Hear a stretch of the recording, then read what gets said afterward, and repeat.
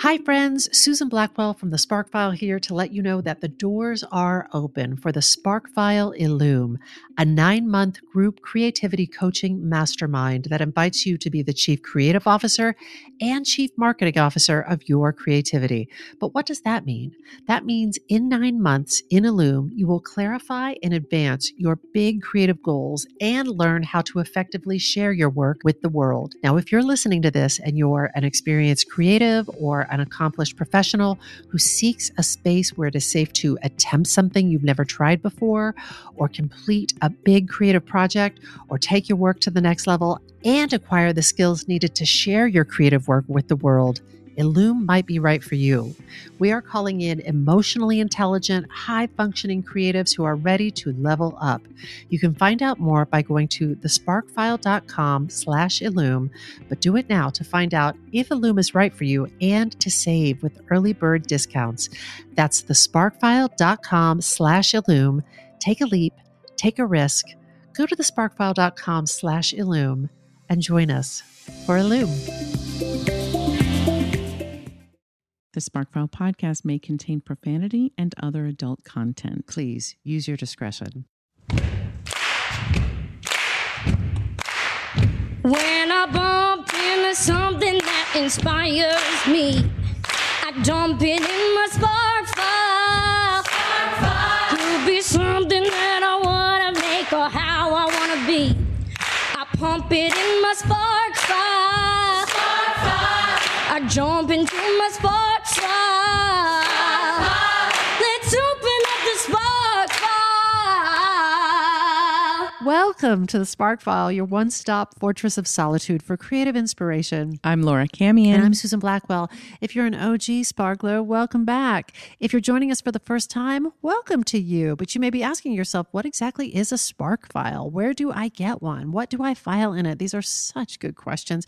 We do have answers. We do. A Spark File is a place where you consistently collect all your inspirations and your fascinations. But here's the deal. We're makers. We're making all kinds of things. If you're anything like us and you're making stuff all the time, or you want to be making stuff all the time, you know that the wellspring of inspiration can run a little dry. So we're on the lookout for fresh ideas, images, and inspiration that spark our creativity and pique our curiosity, things that inspire us to get up off of our asses and make things like this podcast. Or a series of books that inspire and seduce an entire generation. Ooh la la. Mm-hmm. Or a system for attuning with your inherent creative rhythms. Nice. Every episode, we're going to reach into our Spark Files and exchange some sparks. And from time to time, we're going to talk to some folks who spark us too. And if you're not careful, you might just get into creative sync. So without further ado, let's open up the Spark File.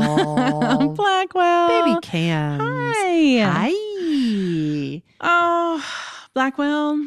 What's your favorite day of the week? This day? This day, the day we record. What were you going to say? I'm excited. I was going to say that I have a little preface to my spark. Like I usually don't talk about things that spark me like in an angry way. Oh, you're getting into it. Well, not entirely, but what like the beginning of my spark, I was sparked by this anger, and then that's a I'm legitimate... soothed by my spark, yes. Later. But okay. But yeah. So you're just putting me on alert. I'm putting you on alert in case you're like, whoa, attitude. Where's that coming from? It's coming from being sparked in a bit of a dark way. You know, sometimes what we call that? What? PNA. Passionate, not angry. Meaning you're not angry at me. No. You might be angry at your spark source. You might be passionate about the subject matter. That's right. PNA. Passionate, not angry. I'm passionate, not angry. At me. You're at angry you. at something in your spark. Yeah. Do you want to get... I'll totally get into get it up and out? I'm totally. Is there anything else we need to say to the good people? The good people, thanks for being with us. We're happy you're here. We are.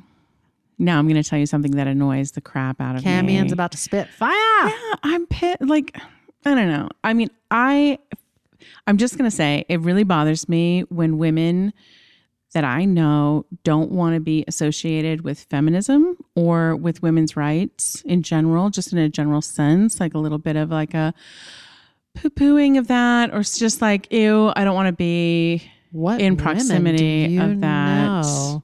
I know some. I know some. I've come across some in my life, Eek. I'm pretty easygoing, really, and typically and accepting of other people's beliefs. You are. I am, I think. But this is a particular point of tension for me. Like, it genuinely makes me angry. I understand that it very likely stems from some internalized misogyny. I think it is cowardly, beyond cowardly. I mean, I understand if you don't, if you're not interested in becoming like a full-time activist. Yeah. But it really sparks me when a woman can't acknowledge that the only reason that she has the rights that she has today, like if she has a job, if she has a bank account, if she goes to vote on election day, yes, if she inherits money, if she has her own podcast, if she wears pants. Yes, Emma Snodgrass. Yes. Right? It is only because there was a woman who came before us who had like 10 times the amount of courage and put herself on the line. 10 million times. Right? Yes. So that we can all enjoy the rights that we have now. So I get like worked up about that. It seems to me it's I guess at the very least out of touch.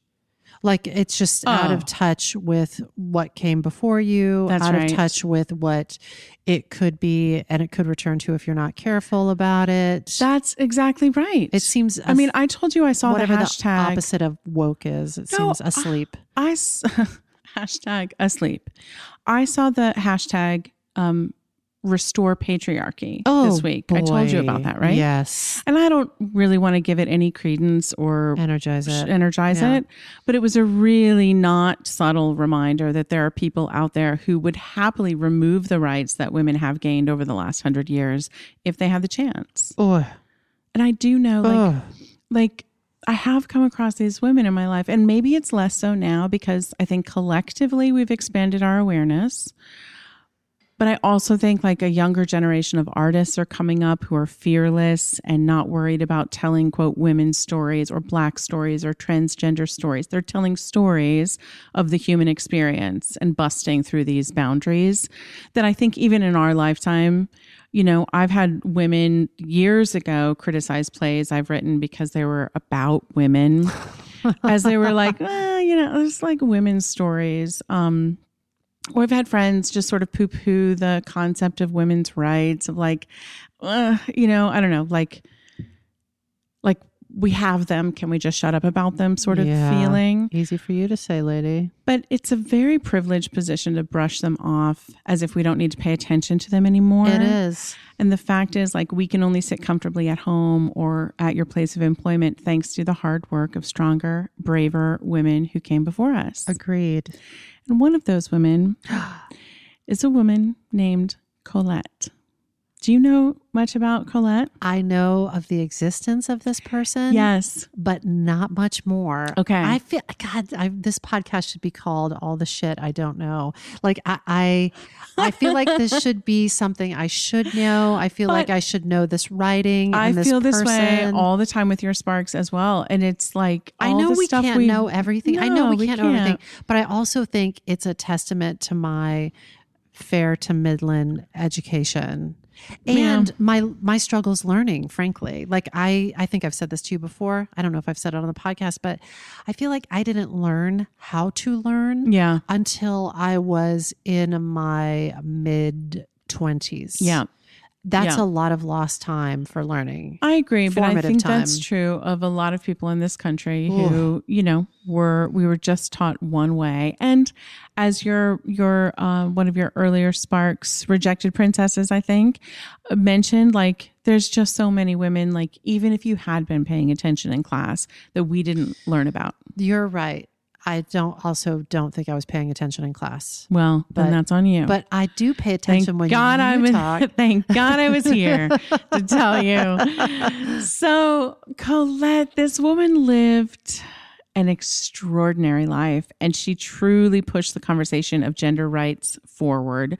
She was on the forefront of a sexual revolution in France, supported transgender rights as well. Get it, Colette. She was a writer, a journalist, a mime, and an actress. A mime? Well, remember, that's what they did before actresses became actresses. They were pantomimes. They were memes? Yeah. They were memes? Absolutely. Before, like, the art form evolved into something else. Huh.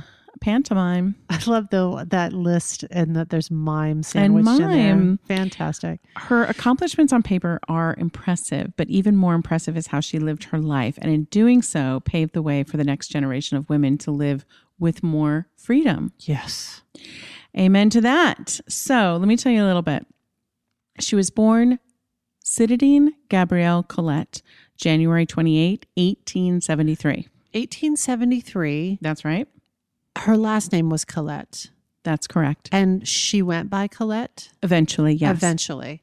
Yeah. What was that first name? Citadine? Citadine Gabrielle. So her family was middle class, and although they had relatively enough to live on, eventually when she was of marrying age, she had no dowry to offer.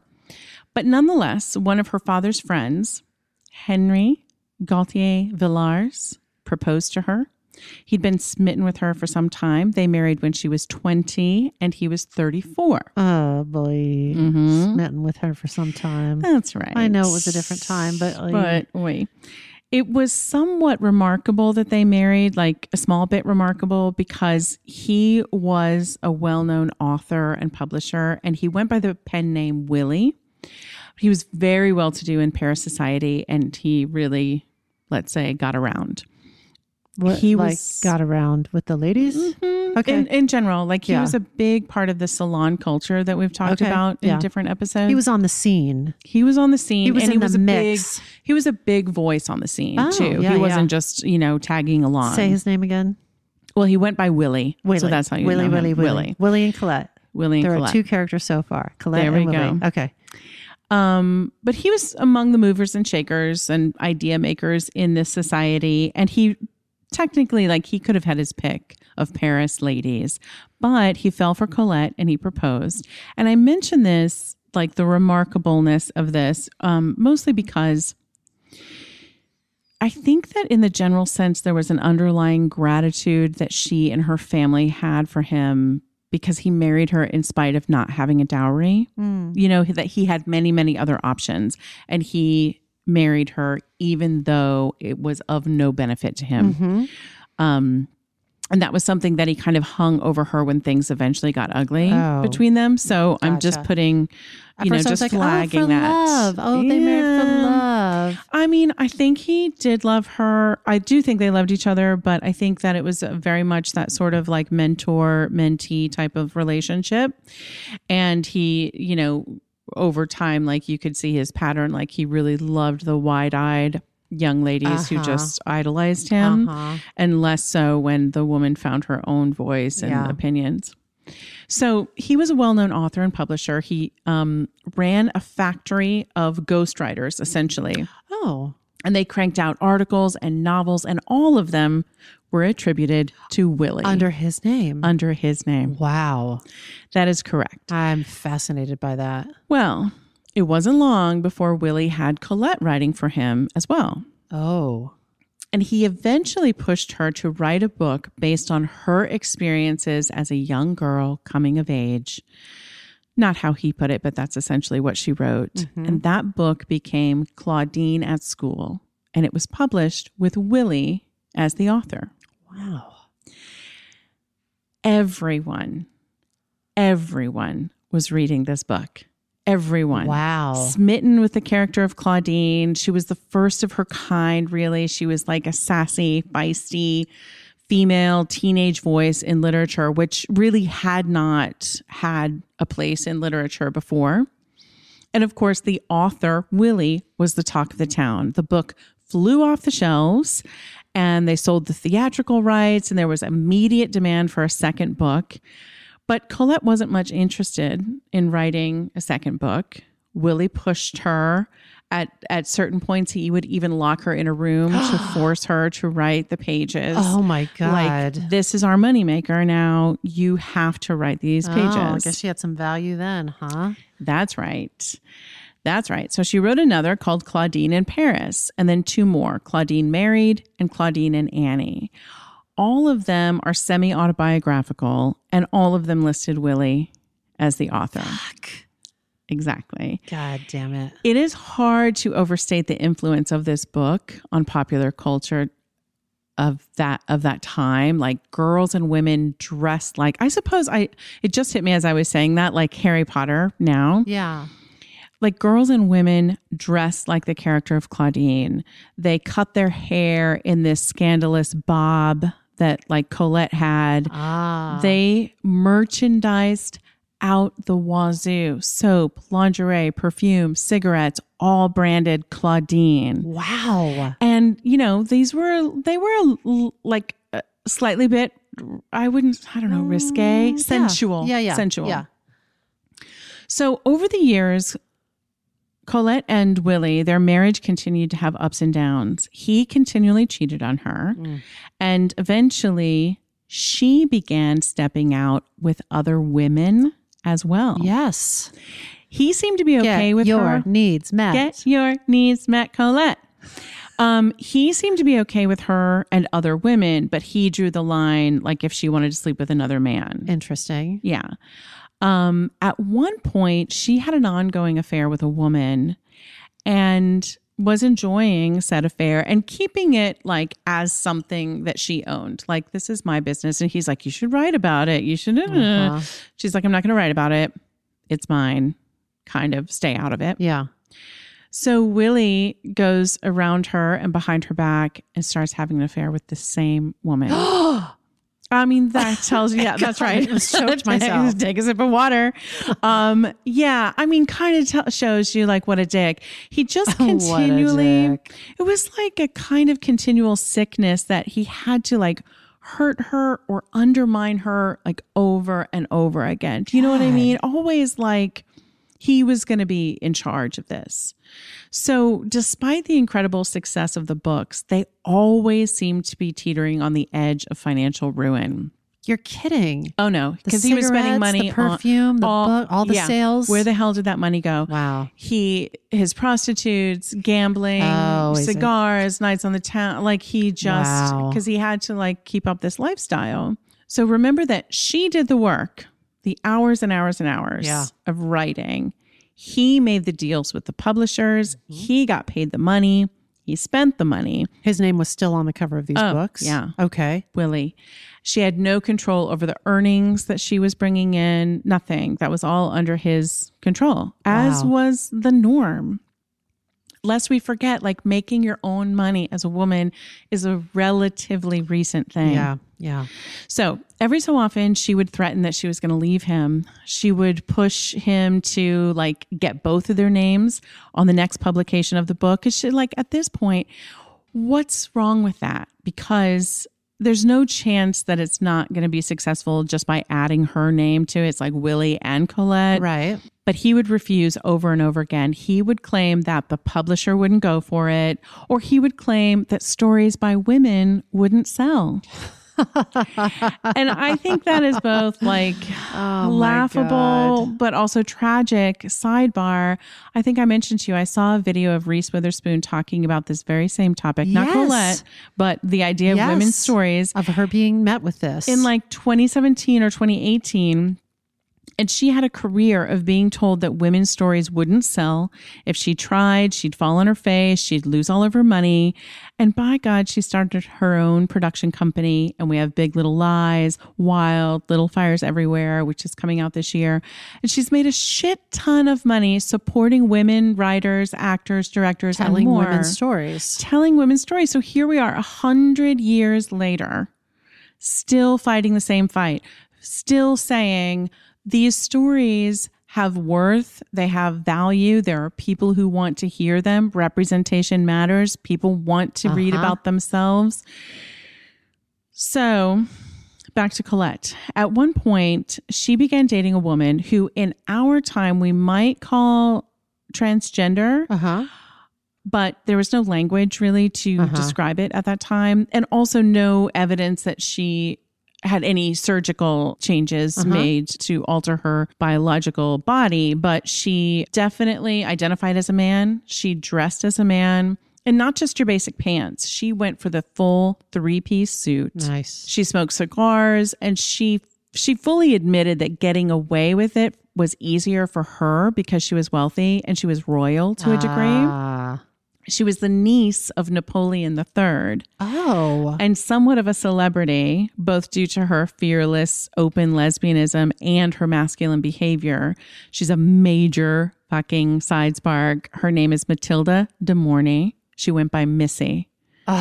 She's amazing. Wow. She is amazing. I'm into Missy. So by all accounts, Missy and Colette were very close. And then at this time, like Colette's marriage was pretty open. Colette and Missy lived together in a house in the country while Willie lived in Paris with whoever he was dating at the time. Stay in the city, Willie. But they would like double date with Willie and his current lady. Really? Yeah. Yeah. They would all go out. Do you think Willie realized that it was a double date? Oh, yeah. Oh, Wow. yeah. And this is when it like started to like bother him more because she was technically still with a woman. Yes. But not with a woman. Yeah. And so, and also Colette's relationship with Missy, she was really coming into her own power, making her own choices, making her own decisions without like looking for Willie's approval. So he could feel the shift. Like there were many factors, but he could definitely feel the shift in the change in their relationship. Wow. But Willie, being Willie, saw an opportunity to make money from Colette's relationship with Missy. So he produced a show. They agreed to it, but he produced a big, grand old show with Colette and Missy starring in it, where the two of them dance provocatively and then share a kiss on stage. This was so scandalous. On the opening night, a riot broke out. The public went crazy and the two women could not like openly live together anymore. Like my God, they no. stayed together for like 5 more years, but they had to be way more covert about it. Oh, bummer. Yeah. Bummer because that life in the country sounded great. Right? I mean, it was basically like one of those moments where it's like, all right, we've let this get far enough and now we need to push you back down into your submissive positions. Yeah, you know what I mean? Yeah.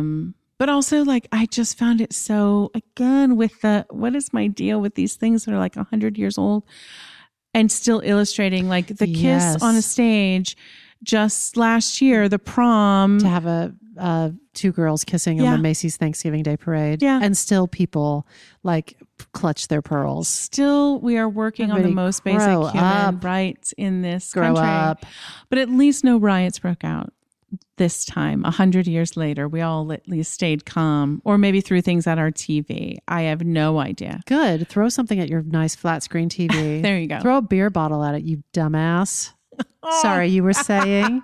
I'm going to get you worked up too. I like it. It does. I know. Feisty. I respect your feistiness and your anger about it. It is.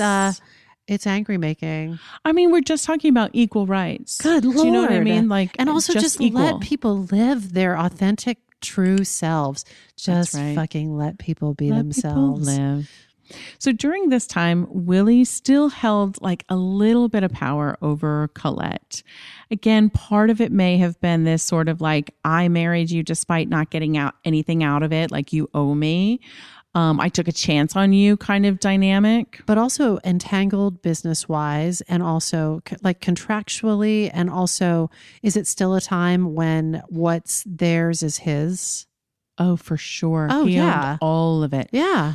All of it. Yeah. 100%.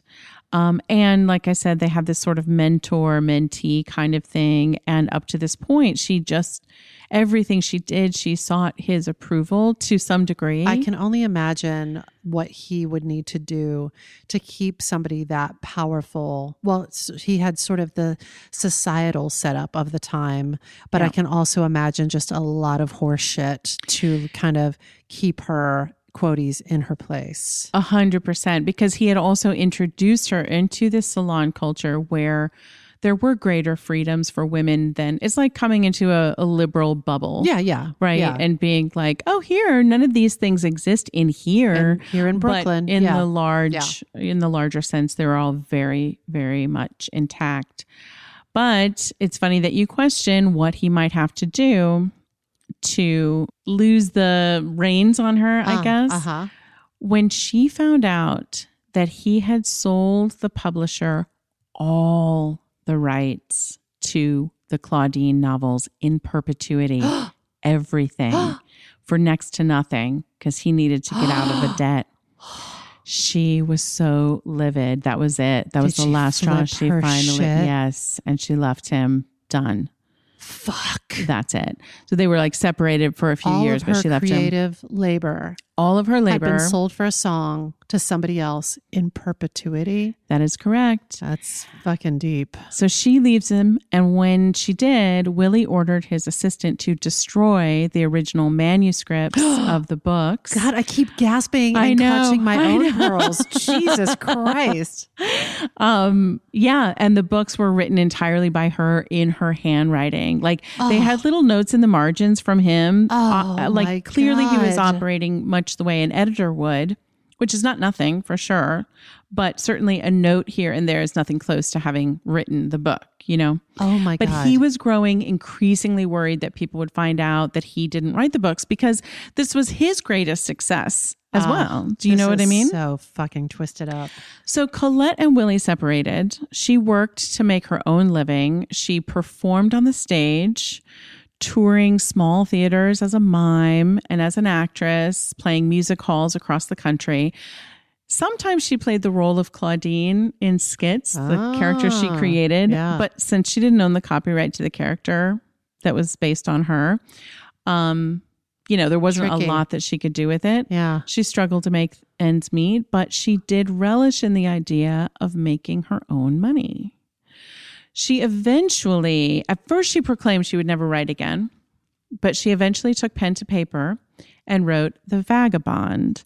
She got it published under her own name. Get it, Colette. And it was a success. Yes, not on the level of Claudine, but very successful nonetheless. The book, again, semi-autobiographical, really broaches the subjects of women's like independence in a male-dominated society, which is a theme that we see repeated in her work. At the time, Time magazine called her area of expertise the topic of writing primarily about quietly desperate women in love and in bed, which everyone wants to read about. And Time described her style as, quote, distinguished for presenting the human side of animals and the animal side of humans. What? Really interesting. So she went on to write Cherie, which was about an older woman. She was in her 40s at this point, and a much younger man.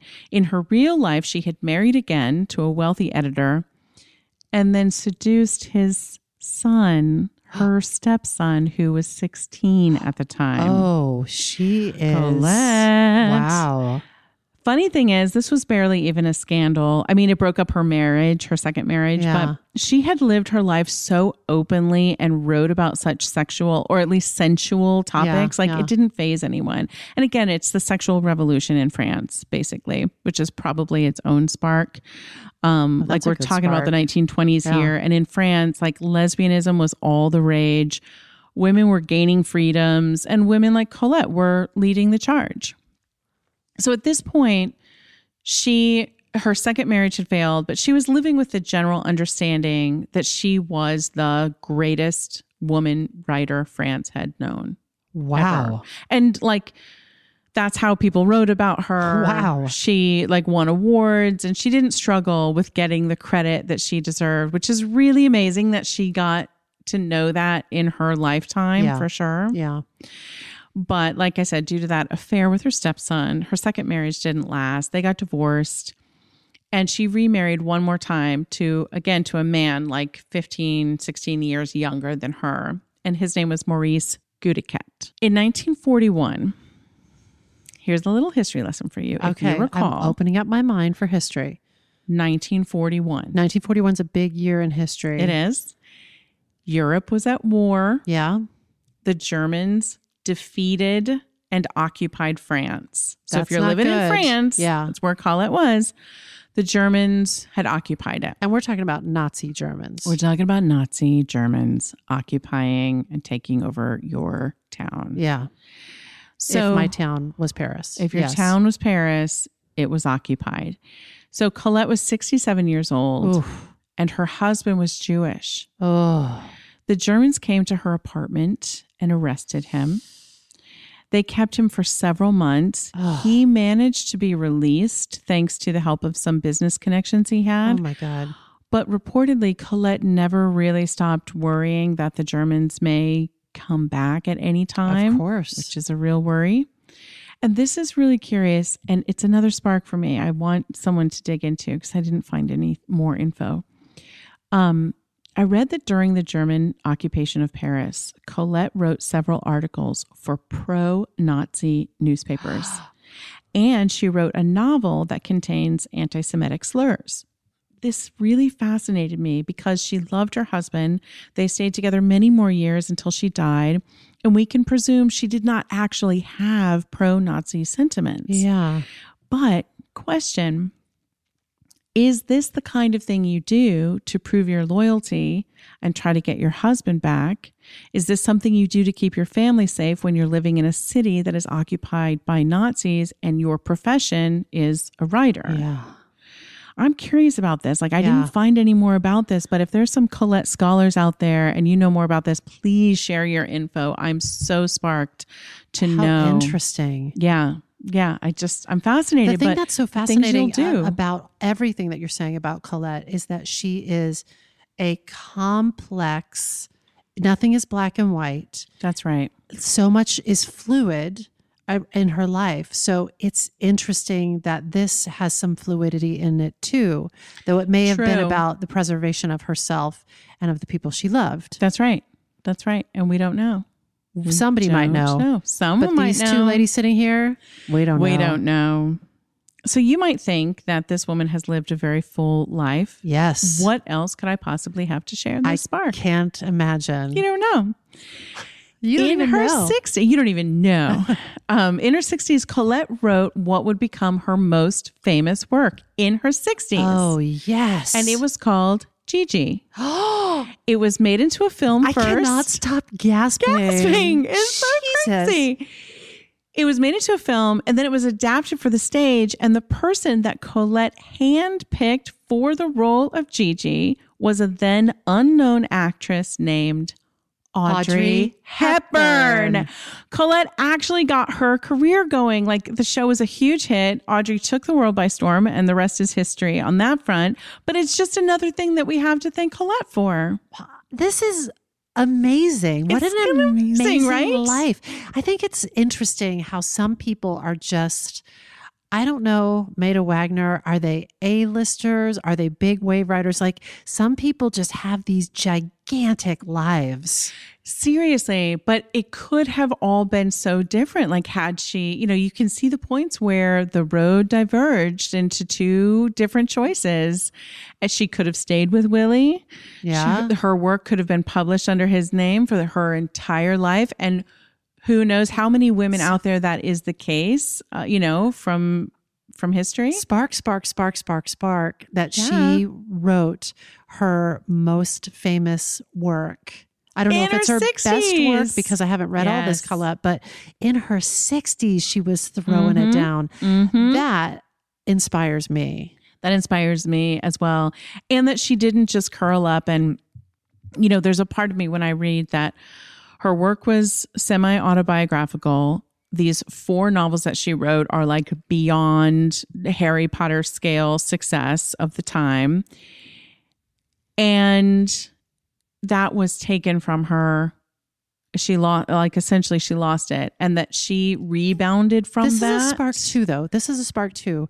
I can think of some contemporary examples of people who have given birth to these creative babies that they love so much, and for whatever reason, whether it's that they sell the rights to it and then it doesn't get made, that's right, or they get released from the project goes on without them, how they are broken hearted. That's right.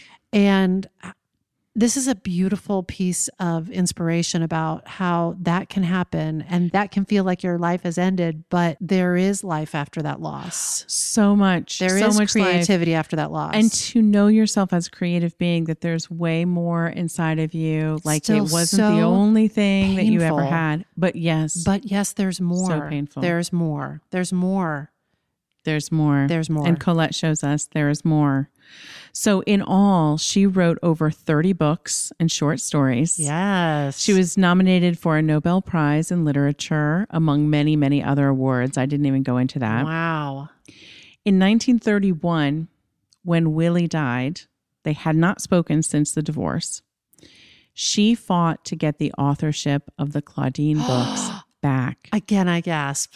And what did she use to help her prove the case? The original manuscripts, which Willie's assistant had not destroyed as instructed. See, I'm going to cry. That so got me. Here we have, again, small acts of heroism. Yeah. Done by people, in Whose situations names are lost we to will history, never maybe. know. But they made a difference. So she finally got the recognition that she deserved for that work. And again, in her lifetime. So if you buy a Claudine book now, her name is on the cover. That's right. Oh, That's right. that's satisfying. Yeah, I did read a little, and I don't know the end result of this, but I did read a little that Willie had a child from another relationship, and that son attempted after Colette died to reverse that decision and get it back to Willie. Yeah, but if you go to buy the book now, Colette's name is on it. So prior to her death on August 3rd, 1954, Colette remarked, "What a wonderful life I've had. I only wish I'd realized it sooner." Oh, So fascinating. I love that quote. Right? That's a good, It's a good daily one. reminder. Yeah. We're living a good life. We're living a good life. All of us are living a good The life. trick is to remember it every day. In the moment. Yeah. So what do we make of this? Well, first, please make anything that can help us all be more aware of how much women like Colette and Missy and others did to give us all the privileges we have now. Men. Right? Yes. There are way more stories to be told here. There's 2 movies out that deal with just her early years and the Claudine series, which of course is critically important, but I'd love to see more about her work in the years beyond that. The sexual revolution in France, think of how much earlier that happened in France than it did in the U.S. Yeah. Still working on some things here. Still working on it. The curious, pro-Nazi writings while under German occupation. Fascinating. I know there's a story there. And again, the cross-dressing and the people who were fearless in wearing what they wanted to wear, even though they could have been arrested or beaten for it. Missy is a huge spark. Missy is the spark. Missy needs, she needs to be out there. Her story needs to be told. I want to look up Missy and look at pictures of Missy and get into Missy. Yeah, get into Missy. Yeah. In the French society at this time, women couldn't vote. They didn't have a platform to express their opinions. But within this salon culture, this artistic community, they really did have a voice. So this whole moment in French history is a huge spark because it really exploded in a bigger way. Yeah. But it was a little microcosm at that time.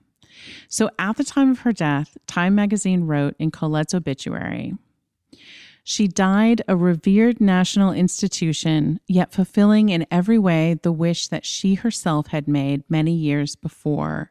She expressed, "And when you lie down across the dizzying, wavy path, if you have not already shed your curly locks one by one, nor one by one your teeth, if your limbs have not worn out one by one, if the dust of the world has not, before your last hour, sealed your eyes from the marvelous light, if you have, right to the end, kept your hand in the friendly hand which guides you,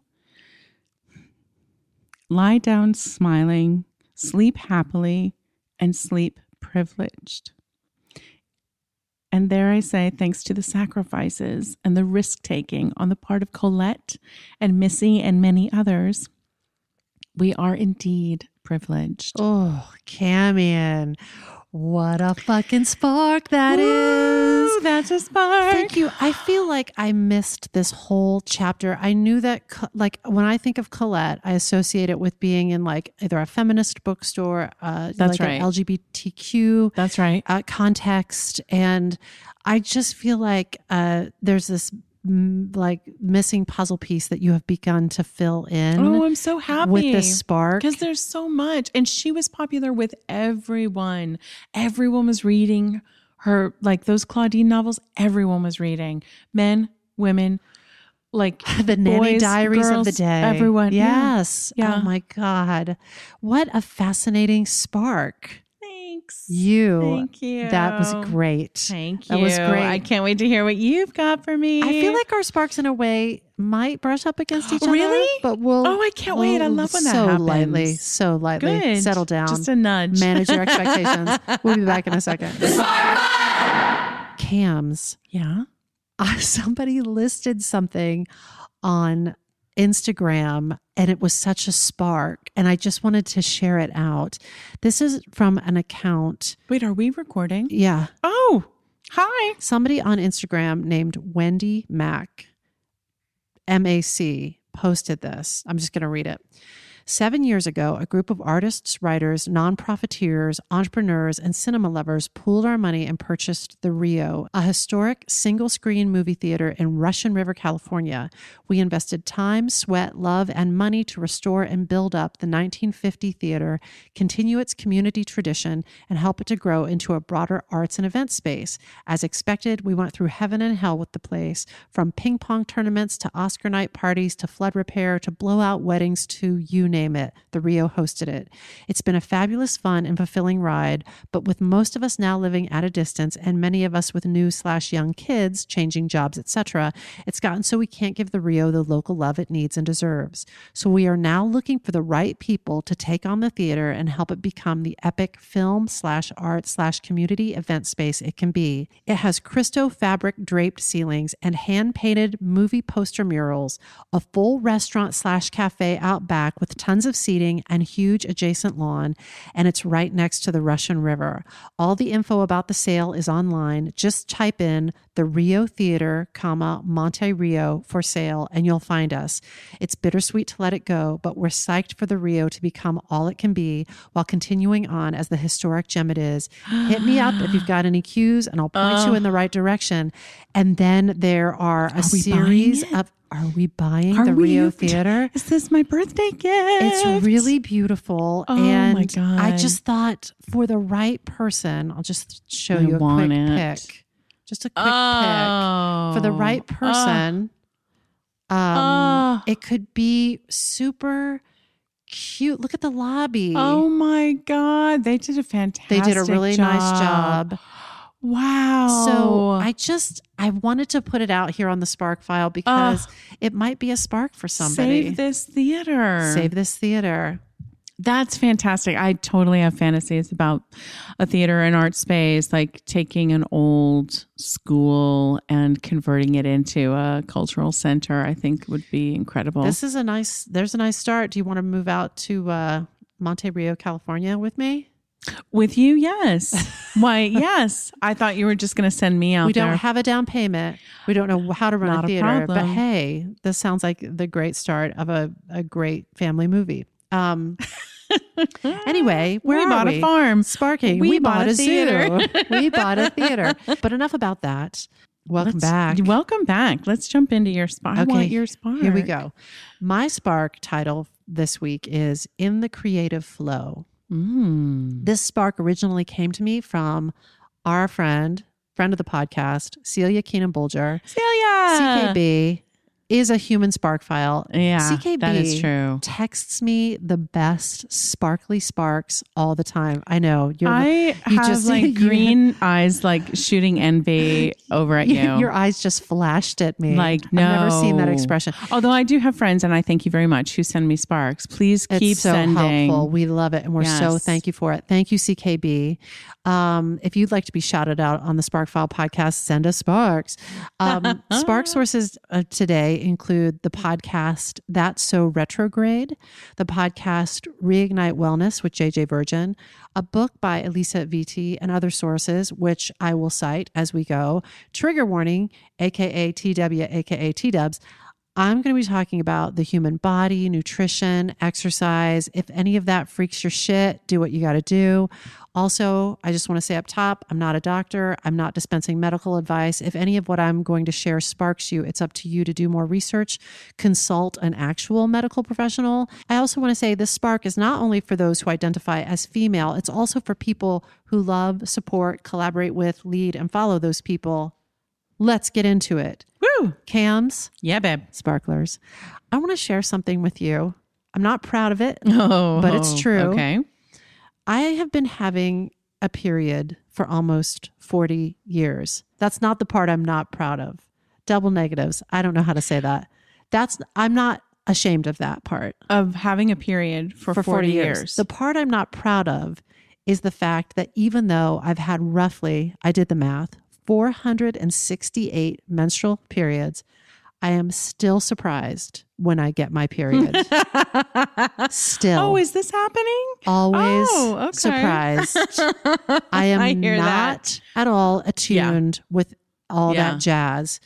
Cams, as always, this spark is a surprise that you are hearing for the first time.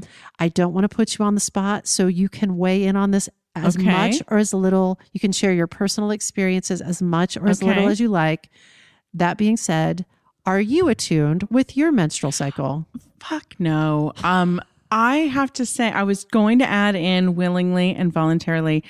Like, it amazes me. Sometimes you go to the doctor's office, and I feel like this is a more recent thing. Oh, they always ask. But then they'll be like, when was your last period? And I'll be like, can I look? Hang on, can I look at my calendar? Somewhere around this time.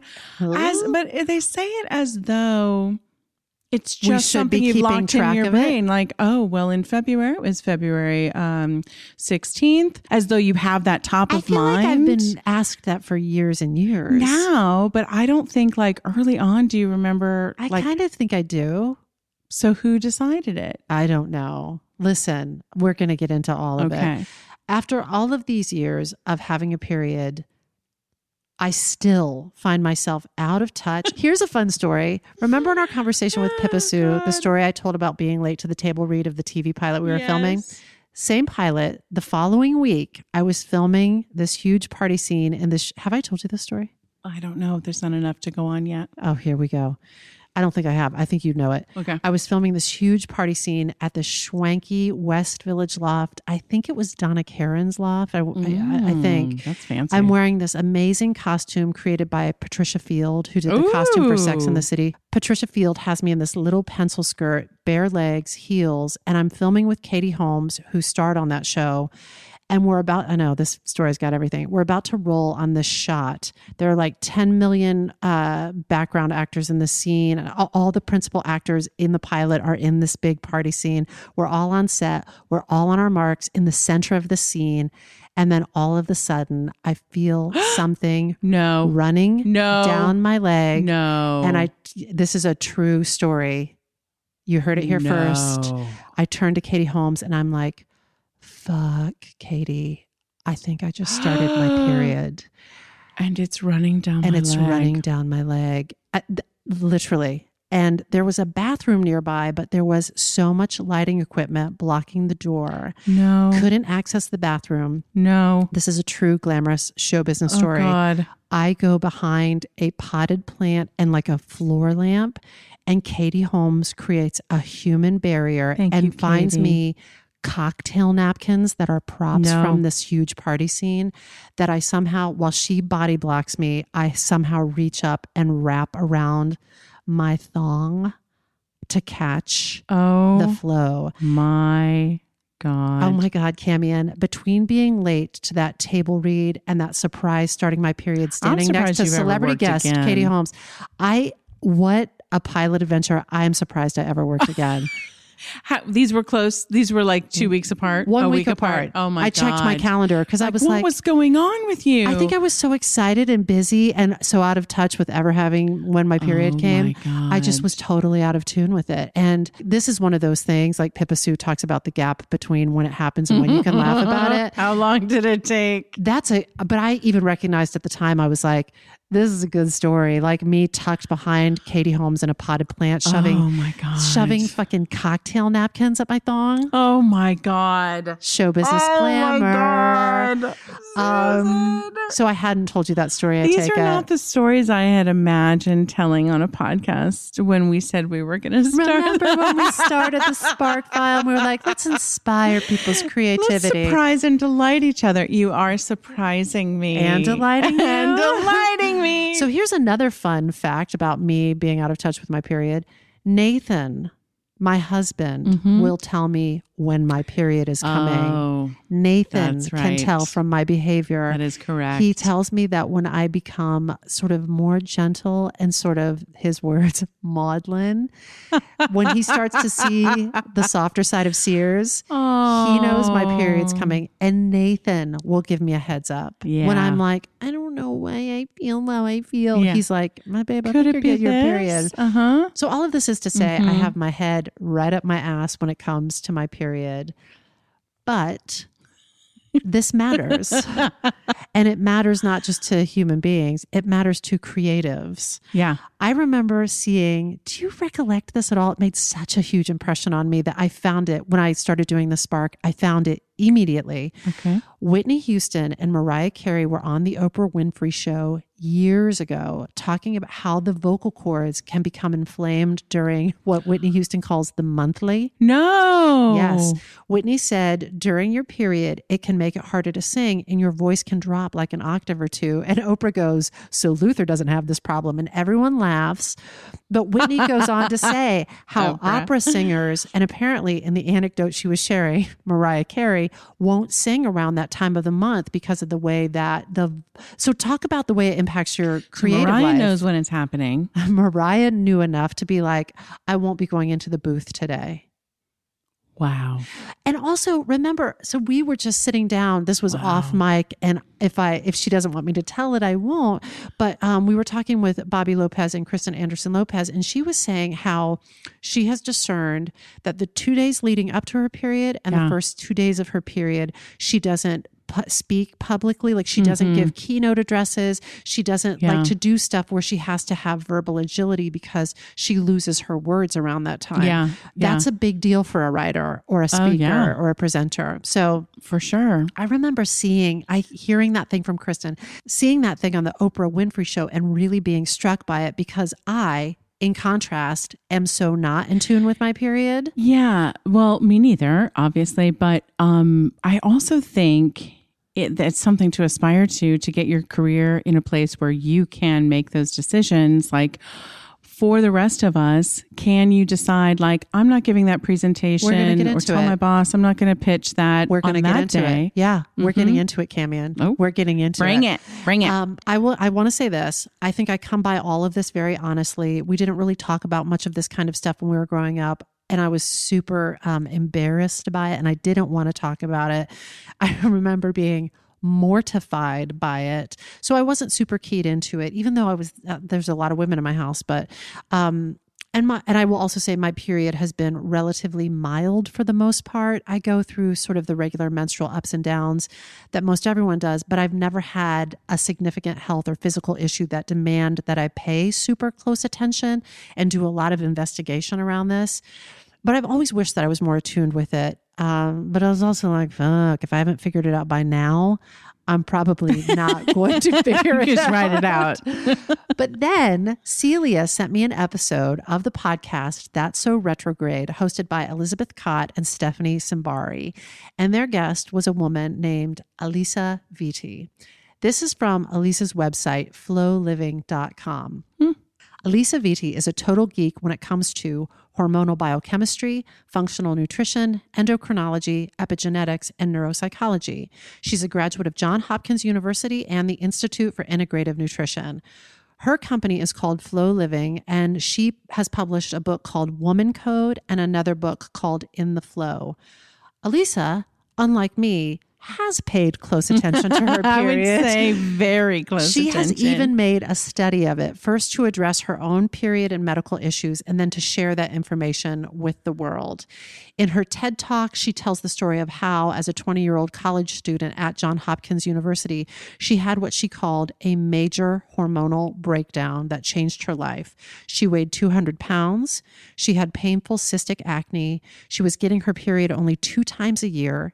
She was exhausted, depressed, and had constant brain fog, and she didn't know what was wrong. Finally, after 6 years of seeing doctor after doctor after doctor, she did her own research on her mysterious symptoms, and she discovered a condition that described all of the symptoms she was experiencing called polycystic ovarian syndrome, PCOS. Then her doctor confirmed her self-diagnosis and told her that the prognosis was grim. There was no treatment besides taking medication that might or might not help just her symptoms, but wouldn't provide a cure. And Elisa was not having it. She took matters into her own hands and began looking deeply into what causes hormonal dysfunction, how to treat it naturally without synthetic hormones. So right there is a spark for you, for me, for anyone who becomes their own medical champion and advocate on a small scale or a large scale is always so inspiring to me. Yes. But that is not what hooked me. Elisa's whole deal is for women to get in sync with their cycle and to bring it back into balance if it's out of whack. In her book, In the Flow, she writes, by living, eating, and working in synchrony with your cyclical nature rather than fighting against it, you can unleash your creativity and fire up your energy. You'll tap into that elusive sensation of flow, that incredible feeling that you have when everything just clicks. You'll intuitively understand how to manage stress, increase self-satisfaction, quiet your inner critical voice, vampires, improve your health, and empower yourself to become productive and efficient in ways that are sustainable for you. And I know that sounds like some like book dust jacket promises, but I was like, in my intuitive body, I was like, this feels like there's something to this. Yeah. So that's what sparked me, because if Elisa Vitti's method is even partially effective, it might play a really big part in her creativity.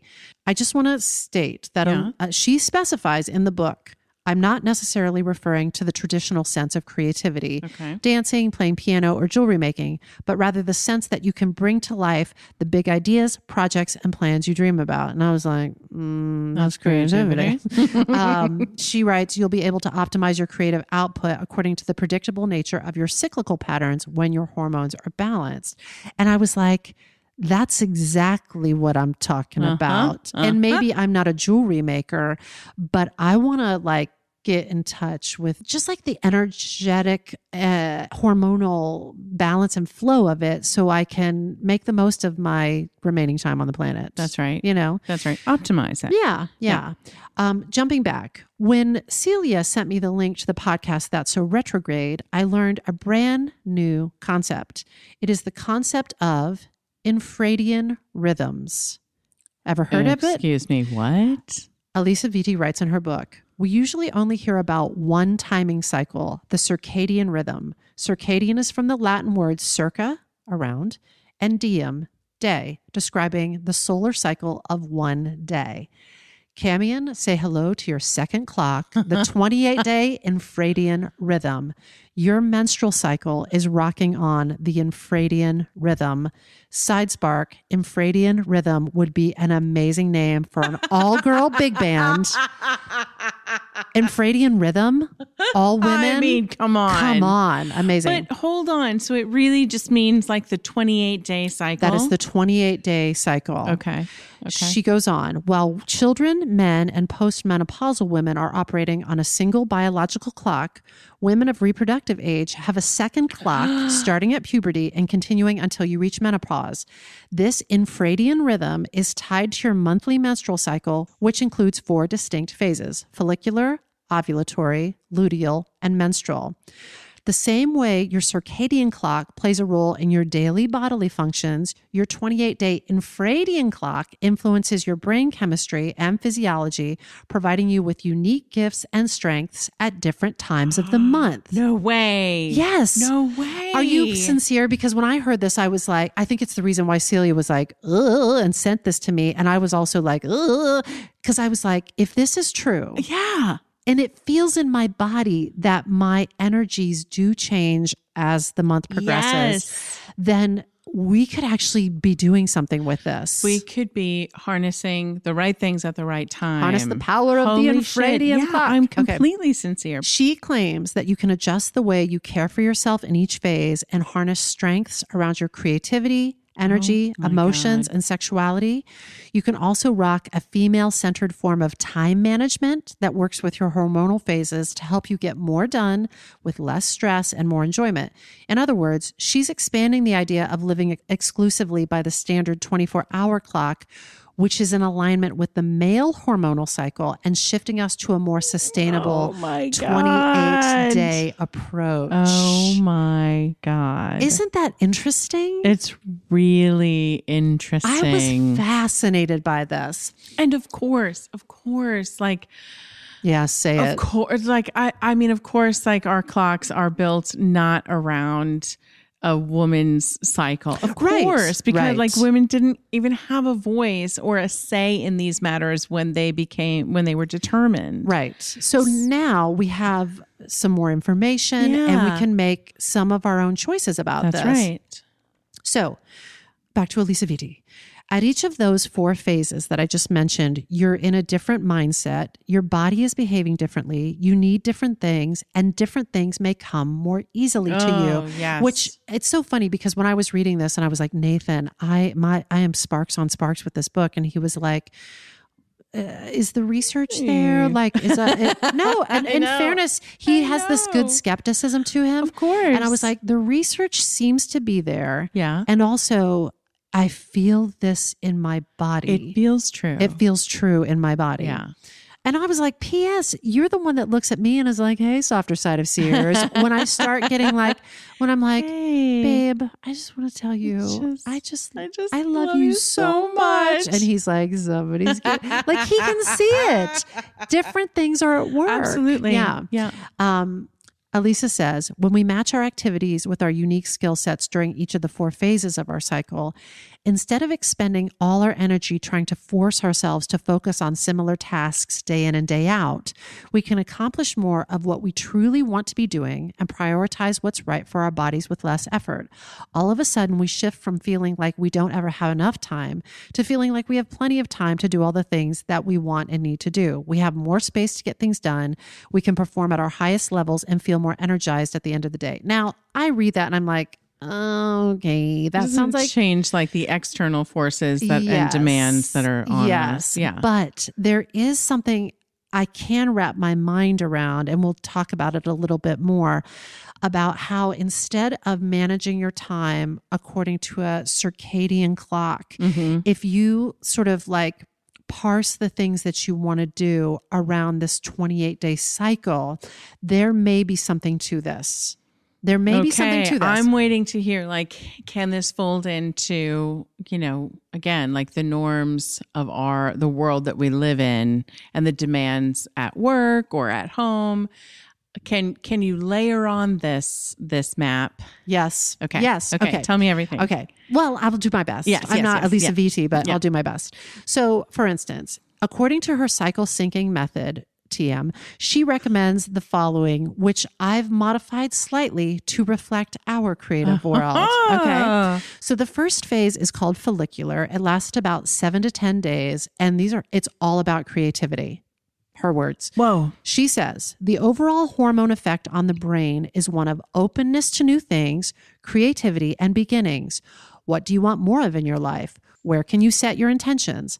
Ideal ways to use this time. Starting new projects, brainstorming with collaborators, tackling challenging mental tasks, problem solving, researching new ideas, making plans for the month ahead, dreaming big. And when I think about the Spark file, this is when I would be researching and drafting sparks. That's genius. Yes. Can I ask you, this phase 1, is this like like right after your cycle ends. Correct. And now you're starting with right fresh after you've had phase your one. period. Yep.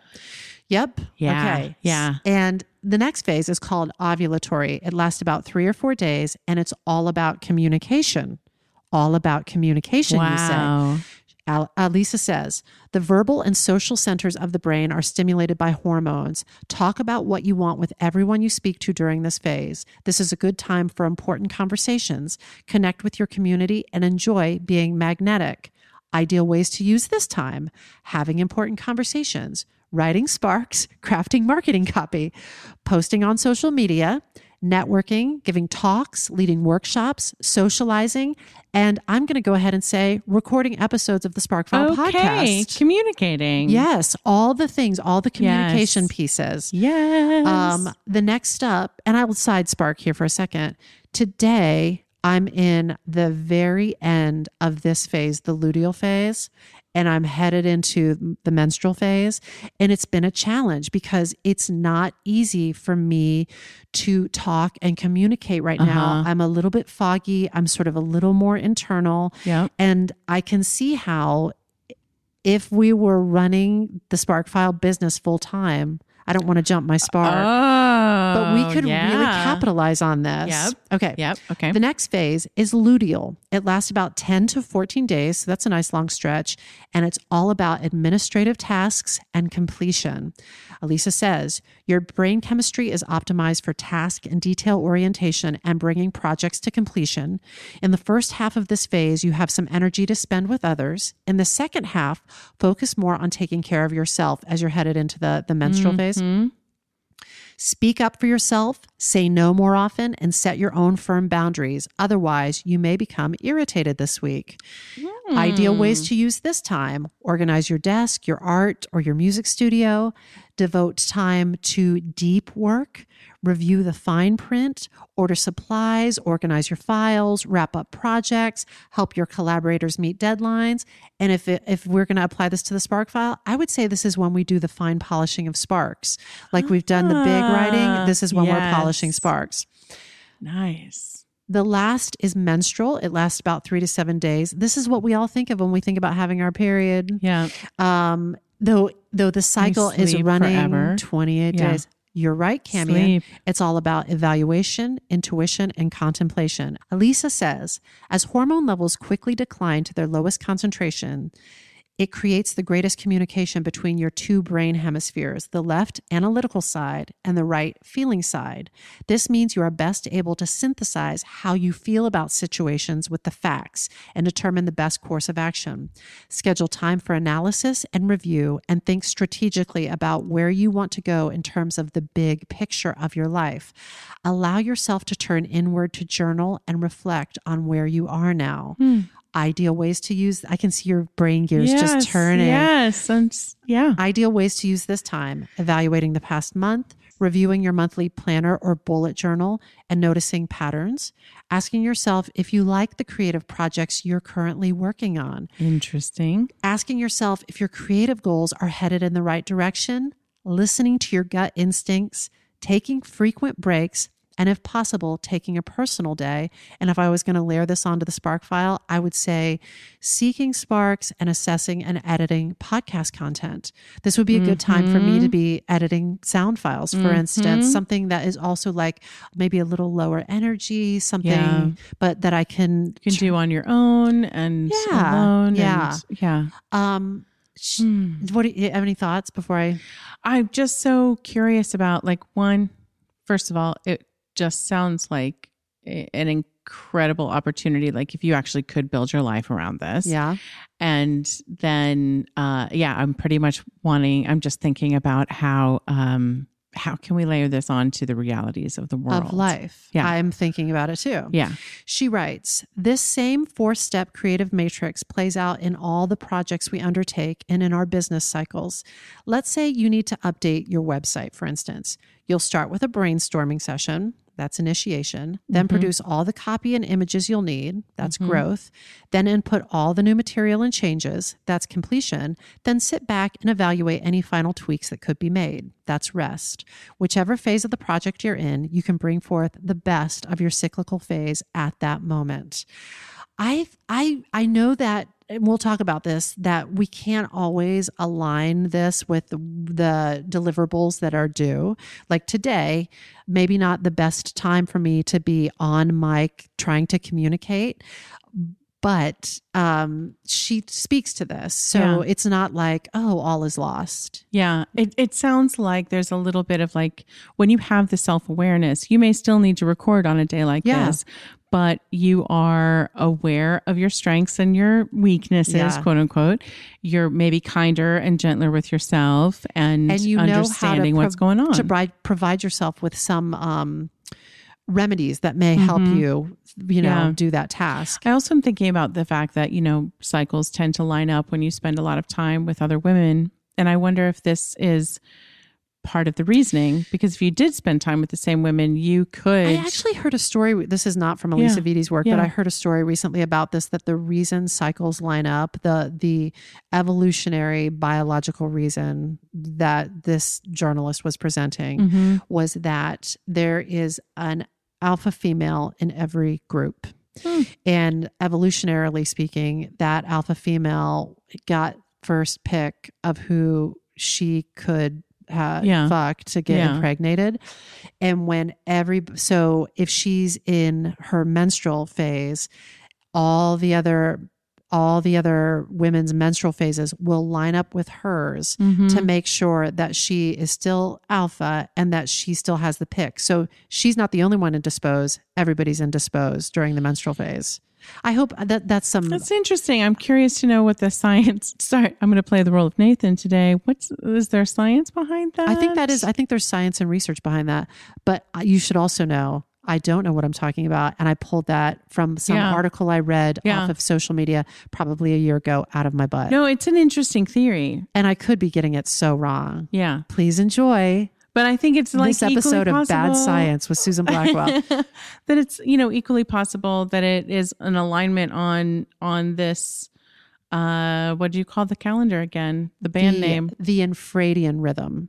The infradian cycle. Yeah. So I think it's fascinating. I do too. Tell me more. Okay. So you can get, as a person who has spent my entire life completely out of touch with this, I'm actually taking this to heart, and I'm decided I'm going to get in touch with this because if I can, I'm going to make some hay while the sun is shining. You can get notifications of these phase changes when you download the FLO app. You can get it through the App Store. You can get it through myflowtracker.com, which I totally did because after my 50 million periods, I am going to make this shit work for me. 50 million and one. 50 million and one. It's about to come. She also details what type of nutrition and exercise we can use to further support ourselves during these 4 phases. One thing that I loved is during the menstrual phase, she said naps can count as your workout for the day. Oh, bless Which, her. if you're like a modern type A perfectionist, like I am, doesn't count. Nap doesn't count. Nap puts me in the negative. And you feel bad that you're not feeling 100%. That's right. She wouldn't use those words though. I think she wouldn't say that you're compromised during this time. You're just attuned with you're at a different place. She talks a lot about how important rest is, a sentiment that my meditation teacher, Emily Fletcher, hi Emily, sums up succinctly with the phrase that I think I've said before on this podcast: rest is an activity. Elisa Vitti says, all living things go through periods of activity and rest, expansion and retraction. Think of the growth pattern of a field. Farmers understand that they need to rotate their crops, allowing the harvested soil to rest and replenish itself, or it will not produce. We need to follow these same patterns to optimize our hormones and biological systems so we can reach our greatest potential. This is from her book.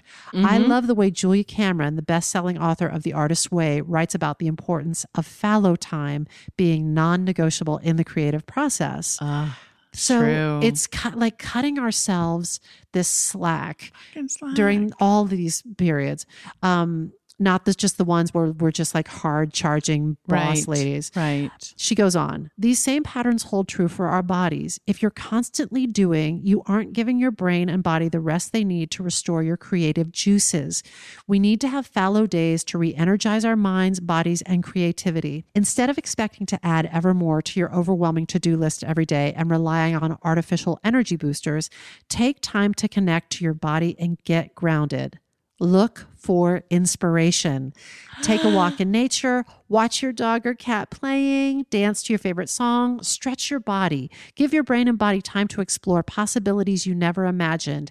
In this way, you refresh your hormones and biological systems rather than draining them so you can feel more energetic and be on top of your game. I love this because she's talking about rest, yes, but she's also talking about gently collecting sparks, which we are always here for. Always here for it. Speaking of, so many sparks are popping off for me with this.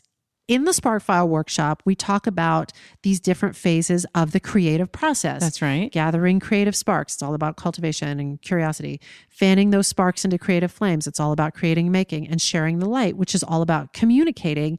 I feel like if you throw in a little administrative organization and a little contemplation rest in there, it's a really nice complement to our infradian cycles, which follow the pattern of initiation, growth, completion, and rest, or to use Elisa's active terms, prepare, open up, work, rest.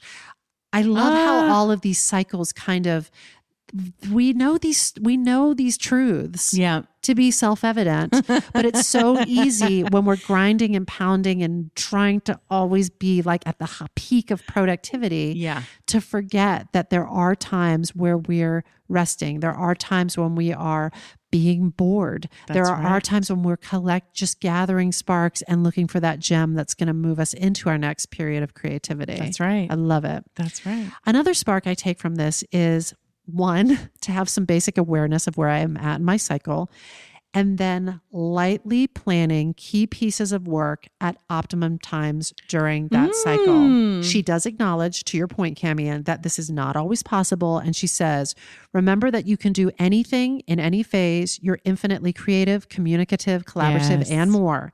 But there is a natural ebb and flow to these energies. Working with your cyclical strengths infuses you with more energy, so you have more time to focus on the things you want to do and have energy to spare to handle those time-sensitive projects. So it's fine to do tasks that are out of sync with your cycle, but they will create a slightly bigger energy drain on your system, which I think she has the research to back up. But I feel in my body. 100%. And just having this awareness, I think, is going to change a lot for me, because I can sit down to do, like, let's say a spreadsheet, and on a certain day be like, this is so hard. Why is this so hard? Like, on other days, I'm like, last week, it's like clickety clack. Exactly. I was amazing. And I went for 6 hours tirelessly. I got it all done. And why can't I do that today? Why can't I have that every day? Yeah. Because we're not built like that. That's right. We're not built like that. Right. And I think for a long time, we have been comparing ourselves to the male circadian rhythms.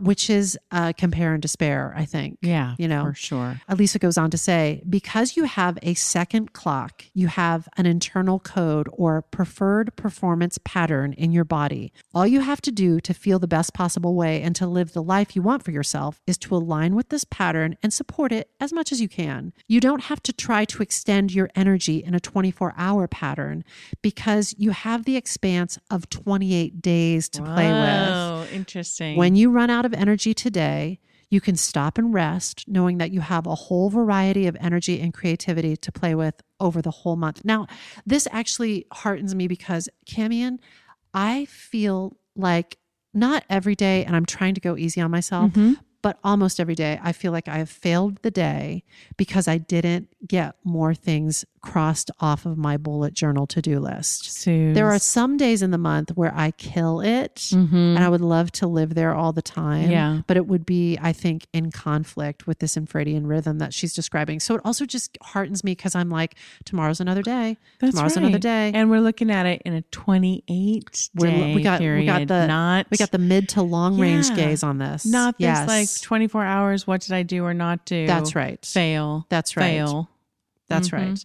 She also gives the example of managing your energy as opposed to managing your time. So for instance, looking at the 20 things on her to-do list, then looking at the arc of her month and considering what would give her maximum efficiency and creativity while allowing her to maintain a high level of self-care.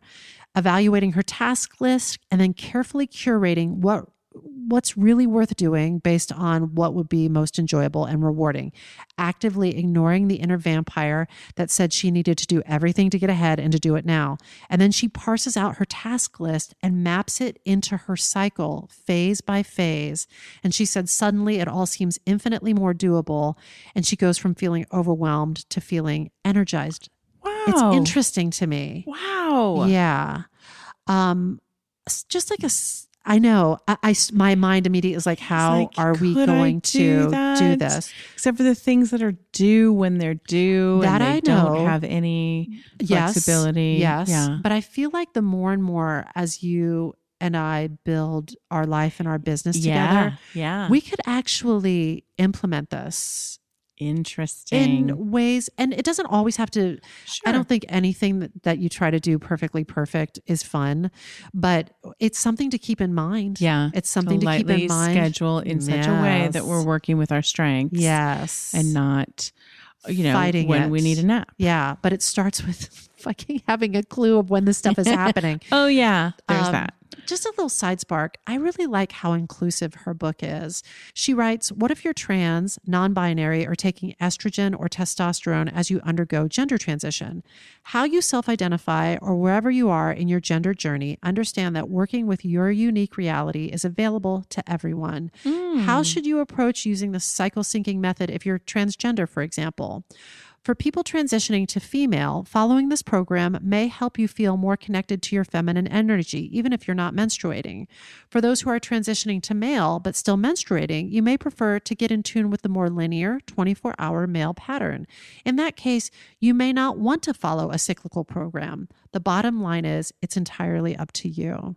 And I just really like that. Yeah. I like that I appreciated that she took the time. Absolutely. So what has been made of this? Yeah. Well, Alisa Vitti has written 2 books, as I mentioned. She has a very sophisticated app, a health practice in New York City, and all sorts of other entrepreneurial irons in the fire. She really took this medical crisis that she experienced and made it her life's work. I am always fascinated by that. Martha Beck has that great saying that I've quoted before, whatever your hell and back is, that is your gift. We would say whatever your hell and back is, that can be your spark. And I think that she really has done that. She gets an enormous amount done. And I'm fascinated that she, I think in large part has done it according to her infradian rhythms, which I think is fascinating. Yep. In her book, In the FLO, Alisa Vitti writes, the U.S. women's soccer team players follow the unique timing of their individual cycles to map out the most effective training and resting schedule, as well as a dietary approach to maximize their energy and recovery. So in the appropriate work environment, you could create a system of workflow that gently reflects the infradian rhythms of your team. I am amazed. Isn't that interesting? And inspired by that. Isn't that interesting? Yes. I keep thinking about how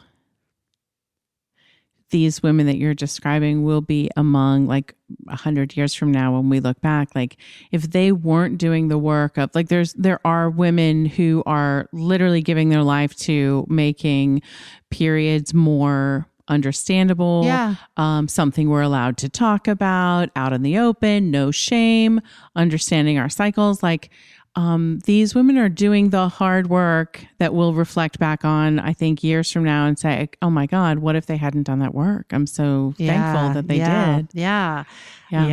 So what do we make of it? Again, I say to you, what if we ran the Spark File this way? What if we, number one, it starts with educating ourselves, knowing where we're at in the infradian rhythm, and getting in flow with it and getting our cycles synced with these different sequences in this. Basically working with the wind and not against the wind. That's right. Right? With the wind. Just with the wind. Yes, absolutely. Wind. I think it might be worthwhile to look at this. I'll just speak for myself, for my individual creativity. Yeah. That I know that there are going to be times when writing is going to come more easily. Spark finding is going to come more easily. Getting a lot of administrative stuff is going to come more easily. Also having that, like I think about the E-Myth, how within a single entrepreneur, there's the visionary who like sees the business from like 10,000 feet and can come up with ideas about like what the future might look like and how to make it scalable and things like that. Yeah. Then there's the manager who like keeps the business running, who keeps people paid, who keeps, the lights on. And then there's the person who's actually like baking the pies, the person who's actually like doing that like boots on the ground work. And I think that there are times that line up with this infradian rhythm where sometimes I don't feel like a visionary around our business, for instance, but I think there may be certain times of the month where I am more inclined to be like, Camion, what if 5 years from now, that's right, we pictured this? Like, that is correct. Yeah. So kind of getting attuned with that in my own work and in the work we do together. Yeah. Another spark, if you identify as female, translating this to your particular creative discipline, whether you're a singer or a writer or a woodworker or a dancer, a teaching artist, a theater maker, I think it's a potentially fun game to see how this infradian cycle might work for all of us in our disciplines. So that's I'm fascinated. I am fascinated for real. Like I think about like how much, pain I would save myself by one, having the awareness, not beating myself up when I try to, go against the grain and do something that, it's one thing like we've acknowledged, like there's certain things you have to do. You didn't get to set the deadline. You didn't get to say what time frame you want to do it in. External deliverables. But maybe to give yourself more time to do it if that's the case. And be more patient with yourself and be kinder to yourself in those moments because you're aware of where you are. Yeah. And knowing, like I think of us, for example, if we schedule the New Year's creativity workshop and those first weekend dates in January land on me being like right in the middle of the menstrual phase, knowing that like you may want to be taking the lead on the heavy lifting when it comes to communication. That's right. Because you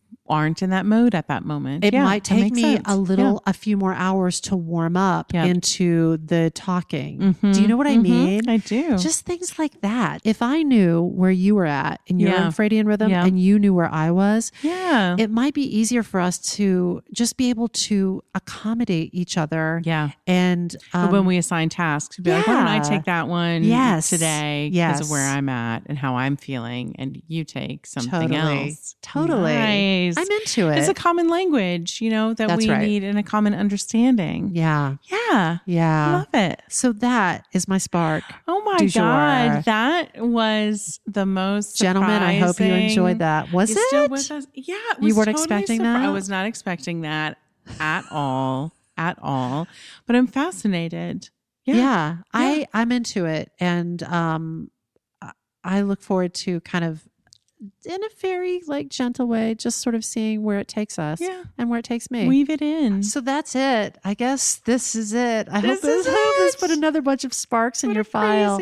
Listen, if there's a spark you'd like us to explore, or if you've taken a spark and fanned it into a creative flame and you'd like to share that, I hope you will, because we do love it when you share. Please. And we do try to get back to you. It might take a little bit longer than we want it to, but we do try. So please respect our infradian rhythms. You can write us at thesparkfile@gmail.com or submit it through our website, thesparkfile.com. And if we love it, we may put it in the mailbag to share out to celebrate you. That's right. And as always, we will be happy to take your feedback, but you know the price of admission. First, you got to share a creative risk that you have taken recently. Oh, also, if you are so inclined, follow us on social media at The Spark File, and be sure to subscribe to this podcast wherever you get your podcasts if you like. some light homework. Subscribe, rate, 5-star review it. If you like this podcast, we hope you'll share it with people that you love. If you didn't like it, you tried one bite. That's all we can ask. Thanks. If something tickles your fancy and gets your creative juices flowing, we are writing you a forever permission slip to make that thing that has been knocking at your door. It's your turn to take a spark and fan it into a flame. You got to craft a ceramic bowl. You got to lead the band like Jelly Roll. You got to do like Flansburgh and Linnell and build a little birdhouse in your soul. Those are some deep cuts. You gotta take it and make it. Bye. Bye. Deep cuts. Thanks, everybody. Bye. And next up, the infradian rhythms. Playing fascinating rhythm. When I bump into something that inspires me, I dump it in my spark file. Could be something that I wanna make or how I wanna be. I pump it in my spark file. I jump into my spark file. Let's open up the spark file. Hi, friends. Susan Blackwell from the Spark File here to let you know that the doors are open for the Spark File Illume, a 9-month group creativity coaching mastermind that invites you to be the Chief Creative Officer and Chief Marketing Officer of your creativity. But what does that mean? That means in 9 months in Illume, you will clarify and advance your big creative goals and learn how to effectively share your work with the world. Now, if you're listening to this and you're an experienced creative or an accomplished professional who seeks a space where it is safe to attempt something you've never tried before, or complete a big creative project, or take your work to the next level and acquire the skills needed to share your creative work with the world, Illume might be right for you. We are calling in emotionally intelligent, high-functioning creatives who are ready to level up. You can find out more by going to thesparkfile.com/Illume, but do it now to find out if Illume is right for you and to save with early bird discounts. That's thesparkfile.com/Illume. Take a leap, take a risk. Go to thesparkfile.com/Illume and join us for Illume.